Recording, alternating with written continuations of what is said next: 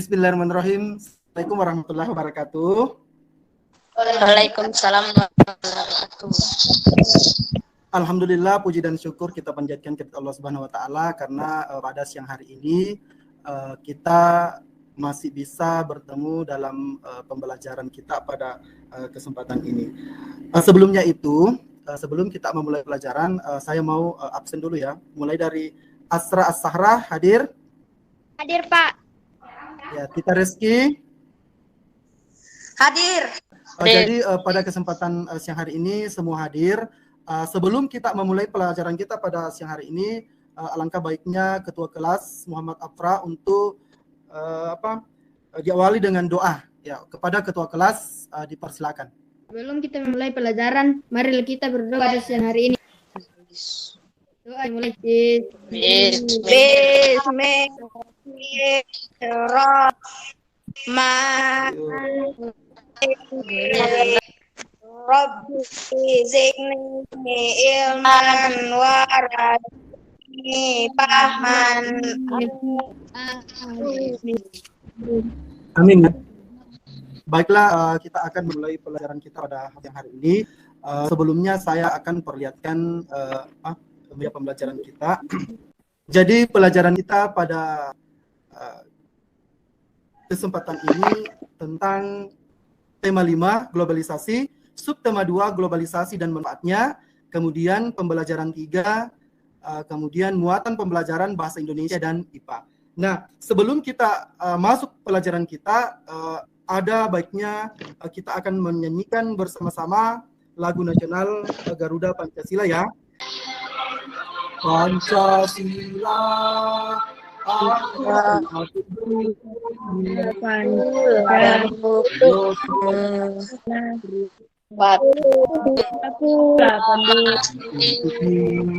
Maka sekarang kita lanjut ya. Pelajaran kita yang lalu ya tentang globalisasi. Nah, sekarang kita masuk di tema 4 pembelajaran kedua, subtema kedua pembelajaran ketiga. Nah, sebelum itu saya mau tanya dulu. Apa itu globalisasi, Reski? Kita Reski? Globalisasi adalah proses mendunia yang membuat setiap individu atau negara bisa saling terhubung tanpa pengaruh oleh batas negara. Ya.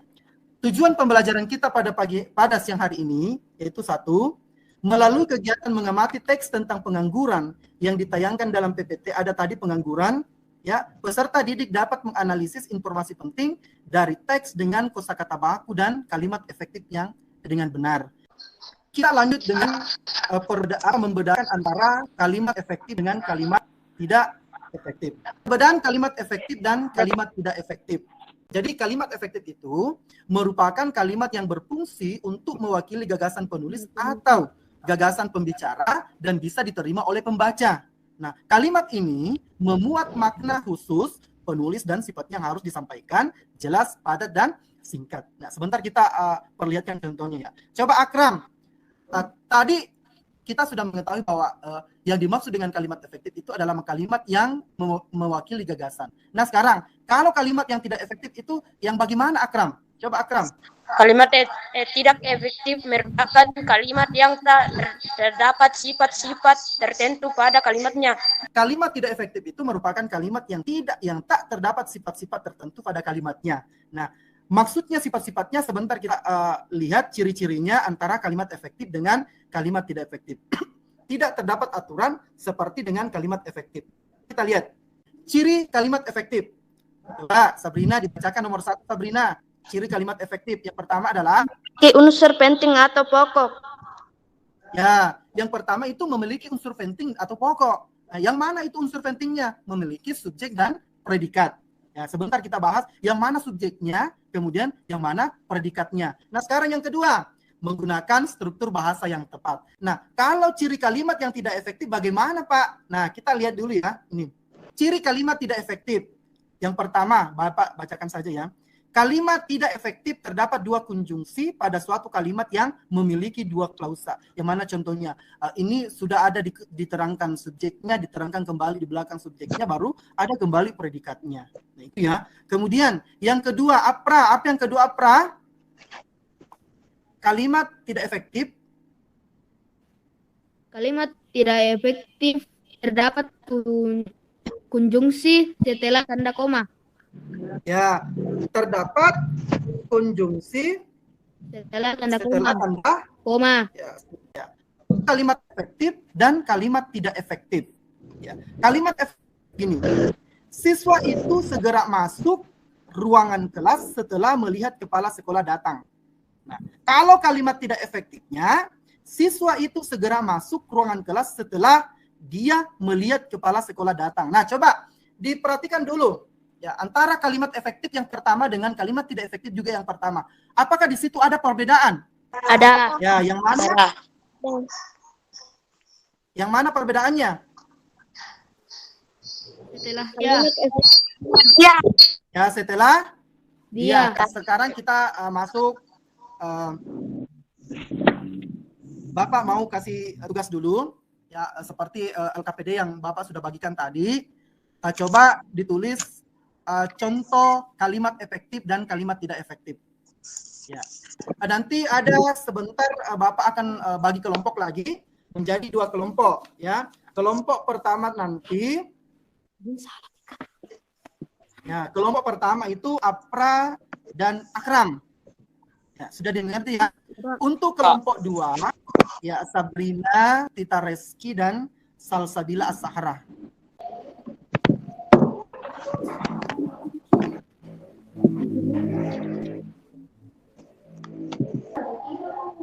Sudah ya, coba untuk pertama Apra coba dibacakan tugasnya.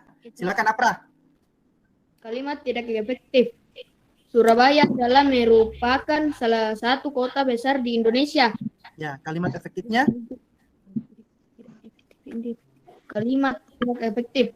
Demi untuk anaknya, Ibu Susi rela bekerja seharian. Ya, bagus. Kalian sudah memahami apa itu kalimat efektif, apa itu kalimat tidak efektif. Kalian juga sudah bisa menyebutkan contoh-contohnya. Oke, sekarang kita masuk pembelajaran kita. Coba Bapak akan menampilkan sebuah video. Ya, ini berkaitan tentang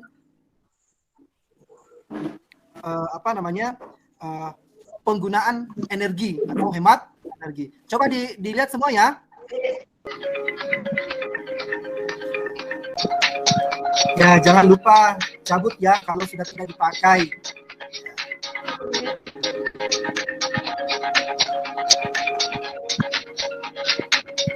Kemudian hemat energi itu sama dengan hemat biaya. Ya, oke ya. Tadi anak-anakku sudah menyaksikan tadi video ya. Nah, di dalam video tadi ada 4 pesan yang disampaikan. Ya, coba yang pertama, Akram, apa pesan yang pertama Akram?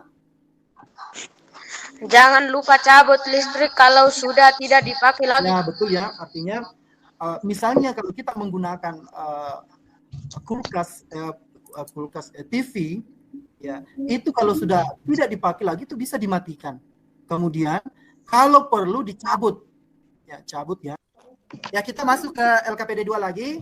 Ya, ini tadi tugas kelompok ya. Jadi nomor 1, 2, 3, dan 4 ini dikerjakan secara berkelompok. Nanti dijawab juga dikirim melalui WA pribadi Bapak jawabannya yang sudah dikerjakan. Ya, saya kasih waktu berapa 10 menit untuk mengerjakan tugas kelompoknya ya.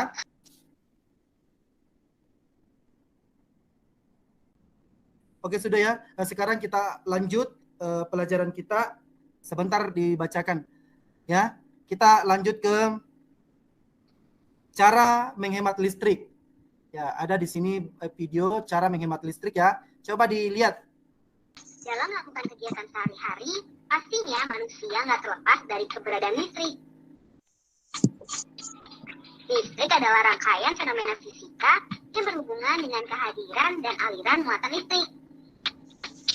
Kali ini, Rifkis akan membahas isi jawaban kita kelas 6 sekolah dasar bermanfaat mengenai alasan dan cara-cara untuk menghemat listrik. Listrik menimbulkan berbagai macam efek yang telah banyak diketahui, seperti keberadaan listrik statis, induksi elektromagnetik, dan arus listrik. Nah, pemanfaatan listrik yang kurang tepat dapat menyebabkan pemborosan energi listrik dan menimbulkan kerugian loh. Ya, kita lanjut kembali. Tadi setelah kita mengamati tadi video, ada 9 cara menghemat listrik. Ya, coba yang pertama dibacakan dulu Tita. Yang pertama apa Tita? Mencabut kabel dari stop kontak pada alat elektronik yang sedang tidak dipakai. Yang kedua, apalagi yang kedua, Pra? Jangan biarkan pengisi daya telepon seluler atau laptop di stop kontak semalaman. Bagus. Sekarang baiklah, kita akan masuk pembelajaran tentang apakah pernah Anda mendengar tentang poster? Ya, apakah itu poster? Nah, poster itu merupakan salah satu media publikasi yang terdiri dari adanya tulisan, gambar, ataupun kombinasi antara keduanya dengan tujuan ialah untuk memberikan informasi kepada orang ramai. Jadi tujuan poster itu adalah untuk memberikan informasi kepada orang, ya, supaya mereka tertarik untuk membeli produk. Ya, itu posternya. Contohnya poster Pepsodent, ya, kemudian minuman-minuman kaleng misalnya, itu adalah semua poster. Nah, di mana umumnya poster itu dipasang? Ya, di tempat-tempat yang ramai, misalnya bisa di sekolah. Poster yang sering di sekolah itu tentang menjaga kebersihan, atau poster tentang penggunaan atau penyalahgunaan narkotika dan obat-obat terlarang. Di mana lagi? Di pasar, di kantor, mall, puskesmas, dan lain-lain. Oke, kita lanjut. Nah, ini poster yang baik. Ya, gambar dan warna jelas dan dapat menarik perhatian. Yang kedua, komposisi gambar seimbang dan proporsional. Nah, sekarang kita lanjut lagi. Nah, ada ciri-ciri poster yang baik. Kemudian, cara membuat poster. Ya, coba dibacakan dulu Akram yang pertama, cara membuat poster. Tentukan tema dari poster yang akan dibuat. Ya, menentukan tema dari poster yang akan dibuat. Kemudian dibuatkan kerangka. Nah, sekarang tugas yang ketiga adalah buatlah sebuah poster tentang hemat energi. Apa sudah dibuat? Coba ditunjukkan posternya semua. Ya, coba diperlihatkan kepada Bapak poster yang kalian buat. Coba diangkat semua gambarnya. Oke, bagus. Jadi nanti Bapak akan periksa satu-satu ya. Sekarang kita masuk pada rangkumannya. Ya, jadi kesimpulan materi kita pada hari ini, ya, kesimpulannya pertama adalah coba dibacakan kalimat efektif. Apa itu kalimat efektif? Coba dibaca dulu semua. Merupakan kalimat yang berfungsi untuk mewakili gagasan penulisan atau gagasan pembicara dan bisa diterima oleh pembaca. Kalimat ini merupakan dan sebagainya yang harus disampaikan jelas pada singkat tertentu pada kalimat terhadap tetap menjaga kesehatan ya, karena kita ini masih dalam suasana pandemi. Ya, ingat 5M. Nah, oke. Sedangkan untuk pelajaran kita besok mengenai pembelajaran keempat, yaitu tentang apa itu yang dimaksud dengan globalisasi ya. Kemudian baiklah, karena pelajaran kita saya tunjuk ketua kelas untuk membacakan doa. Sebelum kita pulang, marilah kita berdoa bersama-sama. Doa dimulai.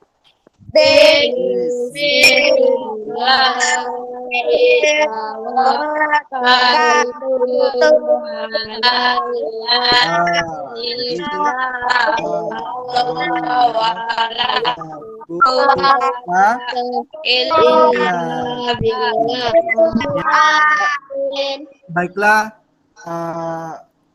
pelajaran kita sampai di sini ya.